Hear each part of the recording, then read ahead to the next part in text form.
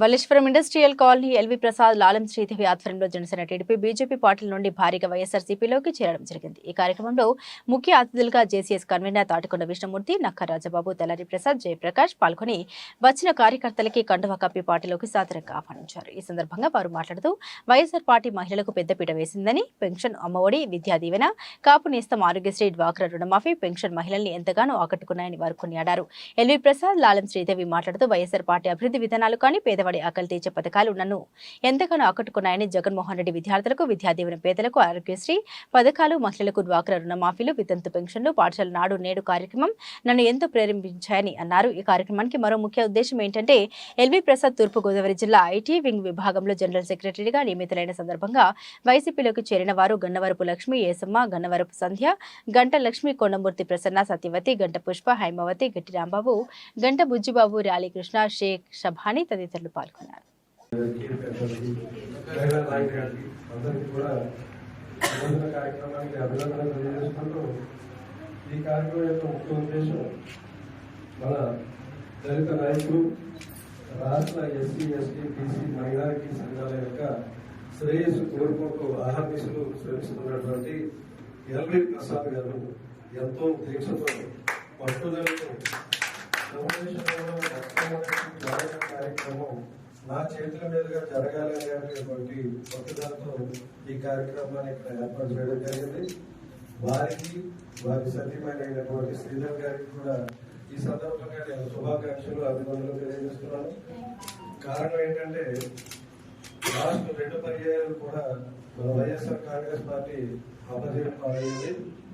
కారణం కూడా మనందరికీ తెలుసు.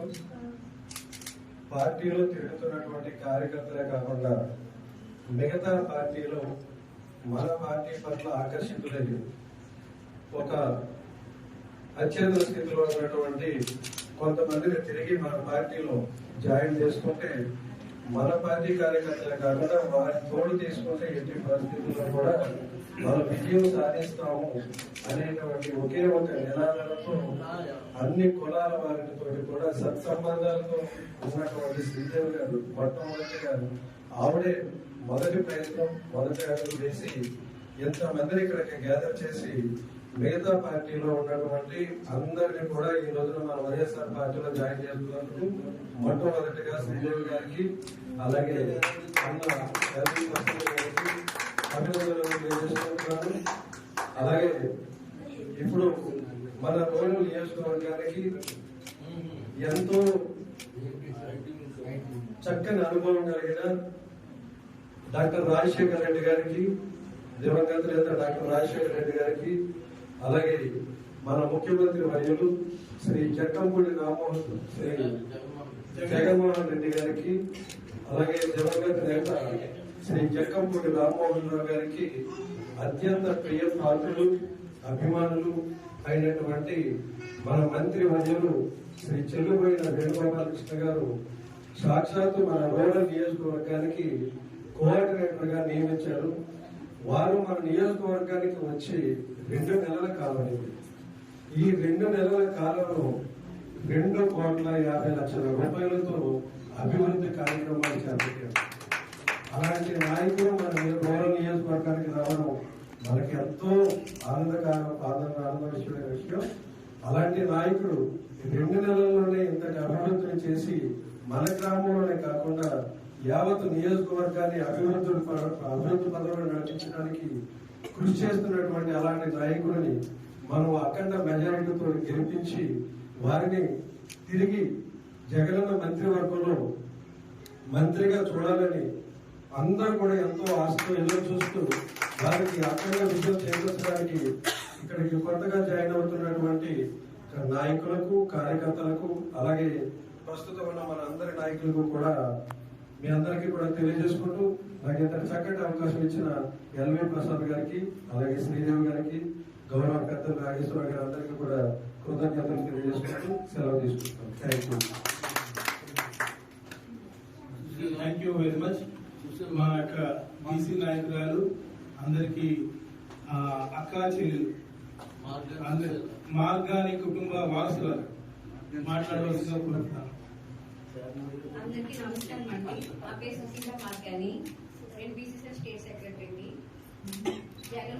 గారి గురించి మీకు ప్రత్యేకించి చెప్పదగ్గదైతే ఏమీ లేదు. కానీ నేను చెల్లిపోయిన వేణు గారి గురించి 2 ముక్కలు అయితే చెప్తాను. నాదైన వాడుక భాషలోనే చెప్తాను. పెద్దలు మాట్లాడేటువంటి భాష అయితే నాకు రాదు. చెల్లిపోయిన వేణు గారిని మన నాంబర్లో 147 మందికి అండి, అక్షరాల 147 మందికి ఏమీ తెలియలేదు. వాళ్ళకి ఇప్పుడు దాకా ఇల్లు ఇస్తాము చేస్తాము అని అన్నారు. కానీ వాళ్ళ వ్యవస్థ కొంచెం అక్కడ సరిగ్గా లేక మేము రాత్రి వెళ్ళి చెప్పగానే నెక్స్ట్ డే ఆ 147 మందికి కూడా ఆన్లైన్ చేయించినటువంటి ఘనత ఏదైనా ఉందంటే వేణు గారు. ఇంకా జగన్మోహన్ రెడ్డి గారి గురించి చెప్పాను. దానికి కాదు కదండి, మేము మన రీసెంట్ గా నాకు స్టేట్ వైడ్ ప్రోటోకాల్ ఉందని చెప్పి నేను తిరుగుతుంటే గోపాలపురం వెళ్ళాం మేము. అక్కడ ఒక అమ్మాయి పచ్చడి వ్యాపారం పెట్టుకుంది, పక్కన జగన్మోహన్ రెడ్డి గారి చిన్న ఫోటో పెట్టుకుంది. ఆ కాట పక్కనే. ఏంటమ్మా ఇది అంటే, చేయూత వచ్చిందమ్మా నాకు, నా బిడ్డలు ఇద్దరు కూడా గవర్నమెంట్ స్కూల్లో చదువుకుంటాను, అమ్మఒడి కూడా పడుతుంది, ఆ డబ్బులు దాంతో వ్యాపారం పెట్టుకున్నాను నేను. కాబట్టి మేము ఎప్పుడు కూడా మన కుటుంబం రుణపడి ఉంటాం జగన్మోహన్ రెడ్డి గారికి అంది. మేము చాలా సంతోషించి వీడియో తీసుకున్నాం. ఇంకొంచెం దూరం వెళ్ళేసరికి తోపుడు బండి మీద కూరగాయలు అమ్ముకునే ఆవిడ వచ్చింది. ఆవిడని అడిగాం మేము, అమ్మాయి ఏంటమ్మా అంటే, మాకు కూడా ఇవన్నీ చేసింది, ఇంత రుణం ఇదివరకు అంటే అప్పు చేసి పెట్టుకోవాల్సి వచ్చిందమ్మా, ఇప్పుడు ఆ అప్పు కూడా మేము అడగాలంటే నాకు నెక్స్ట్ చేయూత పడగానే ఇస్తానని నాకు అప్పు ఇస్తున్నారు. ఇప్పుడు నేనైతే కూరగాయల వ్యాపారం పెట్టుకుని నాకు ఒంటరి మహిళను నేను, నా బిడ్డలు ఇద్దరిని కూడా చదివించుకుంటాను. ఇదంతా జగనన్న దయ వల్లే ఆవిడ చాలా గర్వంగా చెప్పింది. ఇవన్నీ కూడా మనకి జగన్మోహన్ రెడ్డి గారి దయ వల్లే అయితే అందుతున్నాయి. ఇంకా చెల్లుబేటి వేణు గారు అంటే బయట పేరుకే మినిస్టర్ గారు అండి, ఇంకా మన ఇంట్లో మనిషిలాగే కలిసిపోయే వ్యక్తి ఆయన. దయచేసి మీరు అందరూ కూడా ఆయనకు ఓట్లేసి గెలిపించవలసిందిగా కోరుకుని సెలవు తీసుకుంటున్నాం.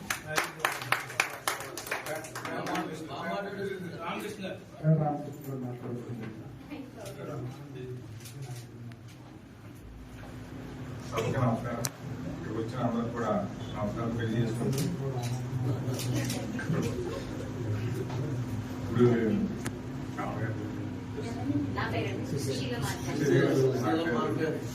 ఏంటంటే సంక్షేమ కార్యక్రమాల గురించి మనం స్వయంగా చూస్తున్నాం. ఏంటంటే గత గవర్నమెంట్ లో మాట చెప్పడం తప్ప ఏ కార్యక్రమం కూడా అమలు చేసిన పాపం లేదు. ఈ రోజు అన్న మాట ఏదైతే చెప్పాడో జగన్మోహన్ రెడ్డి గారు చూసిన తప్ప కూడా పాటిస్తున్నాడు. అది ప్రతిపక్షాలు పేపర్లో ఈనాడు కానీ టీవీ 5 కానీ రకరకాల స్కోరింగ్ వేసి మనం ఎంత చేసినా కానీ అభివృద్ధి కావట్లేదు, దోషేస్తామని చెప్పేసి ప్రతి ఐటమ్ ప్రతిరోజు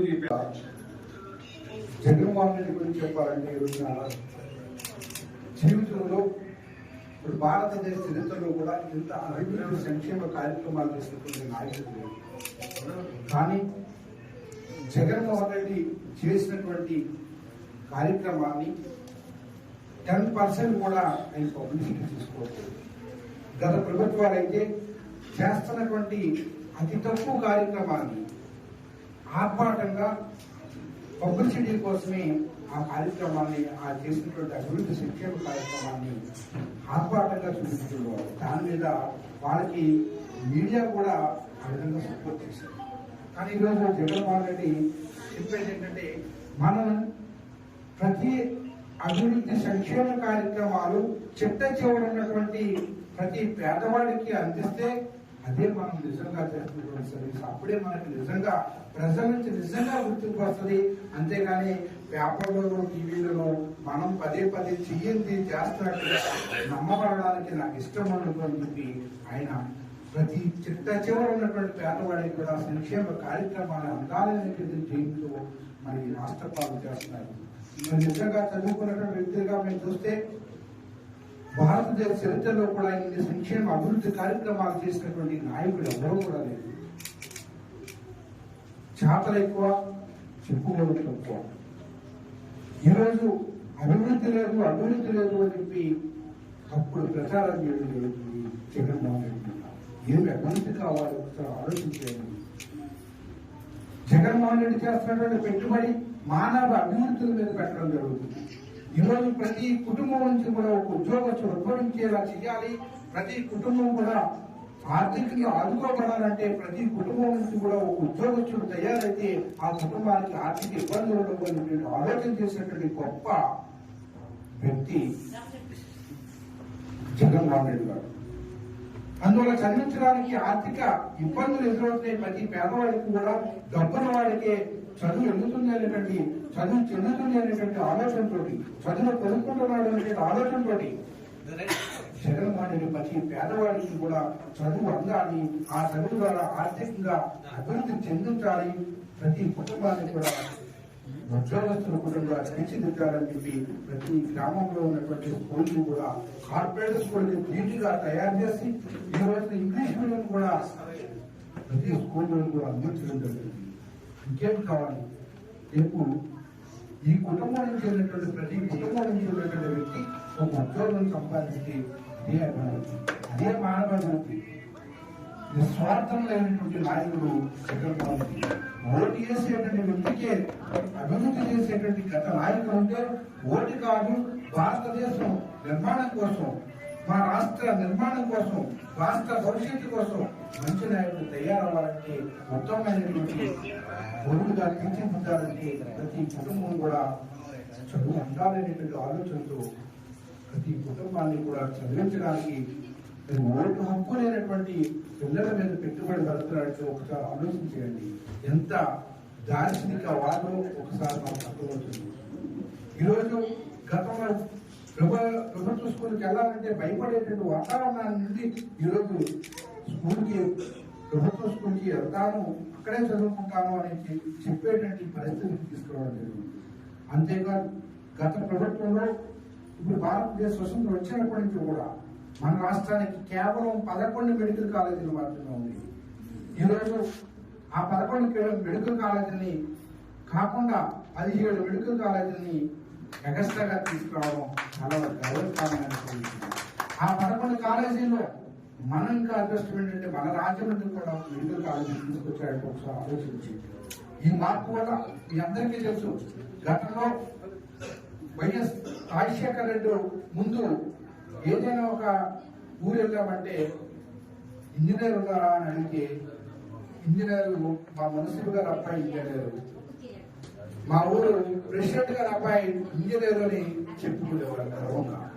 కానీ రాజశేఖర రెడ్డి వచ్చి ఫీజు రింబర్స్మెంట్ సిస్టాన్ని పెట్టిన తర్వాత ప్రతి పేదవాడు కూడా మెచ్చుకున్నటువంటి ప్రతి విద్యార్థి కూడా ఇంజనీర్లుగా అయ్యారు.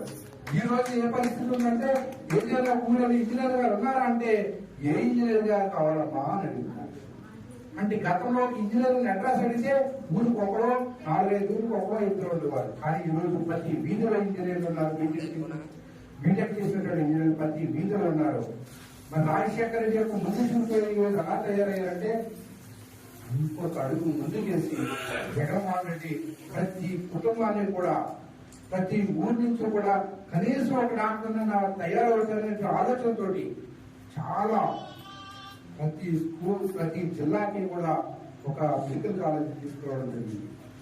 ఇవాళ మెరిట్ ఉన్నటువంటి ప్రతి స్టూడెంట్ కూడా ఇవాళ ఎంబీబీఎస్ చేయాలంటే 3 కోట్ల రూపాయలు ఖర్చు పెడితేనే కానీ ఎంబీబీఎస్ చేయలేనటువంటి పరిస్థితి. అది ఎవరో డబ్బు ఉన్నటువంటి కుటుంబాలు చేసేటువంటి పరిస్థితి. కానీ ఈరోజు జగన్మోహన్ రెడ్డి ఈ కాలేజీలు తీసుకురావడం వల్ల మెరిట్ ఉన్నటువంటి ప్రతి విద్యార్థి కూడా, కుల మతాలతో సంబంధం లేకుండా ప్రతి విద్యార్థి కూడా డాక్టర్ అయ్యేటువంటి అవకాశం కూడా ఉంది. ఇంత ముందు చూపుతో జగన్మోహన్ రెడ్డి చేస్తున్నాడు. ఈరోజు ఒకటే చెప్తున్నా, జగన్మోహన్ రెడ్డి చేసినటువంటి ఈ కార్యక్రమాలు ఇప్పుడు మనకి కనిపించు.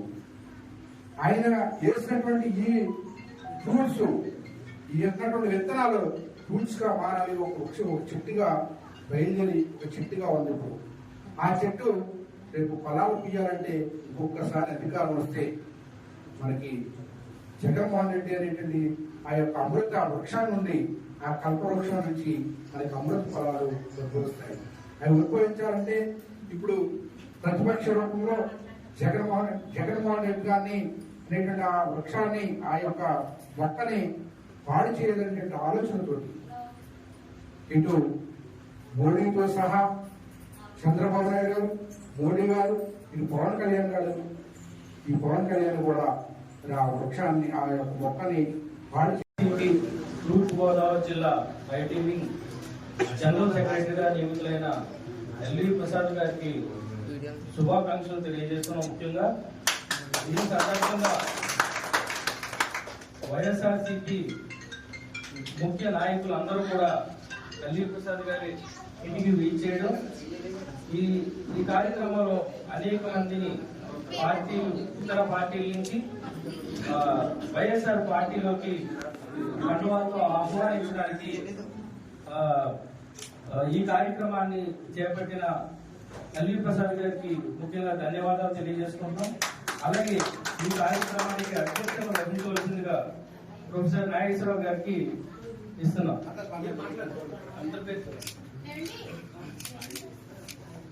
జగనన్న కుటుంబానికి అందరికీ కూడా స్వాగతం, సుస్వాగతం.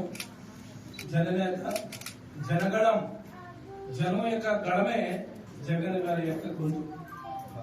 అలాంటి కార్యక్రమానికి వేళ వచ్చేసిన కార్యకర్తలందరికీ కూడా, ముఖ్యంగా మా తమ్ముడు నక్కా రాజబాబు గారు, విష్ణు గారు, అదేవిధంగా వైసీపీ నాయకులందరికీ కూడా పేరు పంచుకున్న ఒక పేరు మర్చిపోతే మనం తిడుతున్నాను. అందుకని ముఖ్యమైనటువంటి వాళ్ళు ఇద్దరు ప్రసాద్ గారు ముఖ్యమైనటువంటి వాళ్ళు, అంటే మీకు మిగతా ముఖ్యమైన వాళ్ళు కాదా అని కాదు, ప్రతి ఒక్కళ్ళు కూడా జగన్ గారి దృష్టిలో ముఖ్యమైన వాడే. అయితే ఇక్కడ వేణు గారి యొక్క ప్రతినిధిగా మన కాబోయేటటువంటి ఎమ్మెల్యే గారు, వేణు గారి యొక్క ప్రతినిధిగా అప్పారి జయప్రకాష్ గారు కి హృదయపూర్వకమైన ఆహ్వానాన్ని అందిస్తాం. అంతకన్నా ముందు మండల ఇన్ఛార్జిగా ఉండి మనందరినీ ముందుకు నడిపిస్తున్నటువంటి మా విష్ణు గారికి, అదేవిధంగా మా ఆడపడుచులు ఇద్దరు అమ్ములు అనే సుశీల గారు, వీళ్ళిద్దరికీ కూడా హృదయపూర్వక జగనన్న కుటుంబం తరఫున అభినందనలు తెలియజేస్తున్నారు. ఎంతో మంది కృషి చేస్తూ ఉంటారు, ఎంతో మంది ఆహ్వానింపబడుతూ ఉంటారు, కానీ కష్టాన్ని గుర్తించి ముందుకు తీసుకెళ్లేటటువంటి వ్యక్తి ఎవరన్నా ఉన్నారు, కష్టాల్లో నేనున్నాను, మీకు బాధ్యతగా ఉంటాను అని చెప్పేటటువంటి వ్యక్తి ఎవరన్నా ఉన్నారంటే నేను ఇంజనీర్ని, నేను చాలా గొప్పవాడిని అనేటువంటి గర్వం లేకుండా నిగర్భిగా పారదర్శకంగా ఉండేటువంటి వ్యక్తి మీ ముందున్నటువంటి వ్యక్తి ఎవరంటే ఎల్వి ప్రసాద్ గారు. అందరికీ కూడా మీ చప్పట్లతో అభినందనలు తెలియజేయండి. సముచిత స్థానం అనేటువంటిది మరి పార్టీ ఎప్పుడో గుర్తించింది. అయినప్పటికీ మరి ఈ వేళకి మరి ముందుకు తీసుకొచ్చినటువంటి అంటే ఐటీ వింగ్, ఇన్ఫర్మేషన్ టెక్నాలజీ, ఈ ఐటీ వింగ్ లో మరి సెక్రటరీగా మా జనరల్ సెక్రటరీగా ఉన్నటువంటి ఎల్వి ప్రసాద్ గారికి దేవుని యొక్క ఆశీస్సులు మెండుగా వర్షంలాగా కురవాలి. ఆమేన్. వర్షంలాగా కురవాలి. ఇది తొలి పదవి కాదు, ఆయన ఎన్నో పదవులు చేశాడు. ఆల్ ఇండియా ఎస్సీ ఎస్టీ సెక్రటరీగా చేశాడు ఆయన. అదేవిధంగా ఓఎన్జీసీ ఎంప్లాయీస్ ఫెడరేషన్ కి కోఆపరేటివ్ బ్యాంక్ అధ్యక్షుడుగా చేశారు. ఇలా చెప్పుకుంటూ పోతే చాలా ఉంది. ఆయన చేయలేనటువంటి పదవి అంటూ ఏదీ లేదు. అయితే అనేక మందిని మరి మన ఎంపీగా ఉన్నటువంటి భద్రాం గారి అధ్యక్షతన ఎంతో మంది జనసేన కార్యకర్తలను తీసుకుని వైసీపీలో జాయిన్ చేసినటువంటి గొప్ప దాక్షిణ్యత మన ఎల్వి ప్రసాద్ గారికి చెప్పుకోవడంలో ఎంతైనా మనం గుర్తించాం. అంటే పార్టీ గుర్తించింది అనే దానికన్నా మనుషులు గుర్తించారు, జనం గుర్తించారు, సహచరులు గుర్తించారు, అందరూ కూడా గుర్తించి ఒక లీడర్ గా, ఈ వేళ లీడర్ అంటే అది ఒక చిన్న మాటలాగా ఉంటది.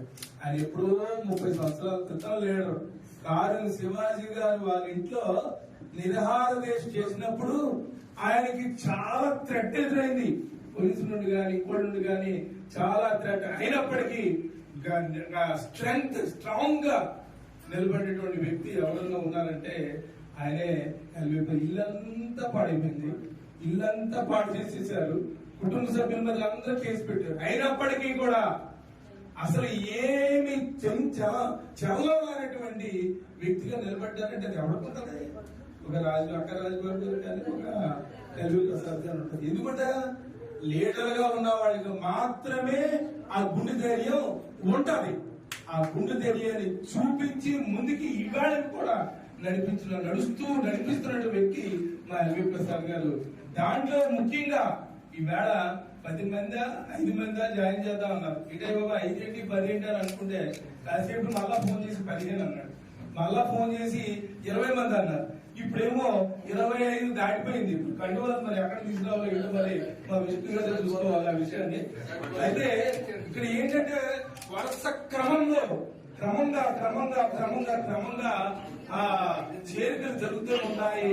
అంటే ఏంటంటే జగనన్న యొక్క గౌరవము ఎక్కడి నుండి ఎక్కడికి వెళ్లి విరుస్తుందో అనడానికి మన యొక్క ఇండస్ట్రియల్ కాలనీ ఒక పునాది రాయిగా ఏర్పడుతుంది.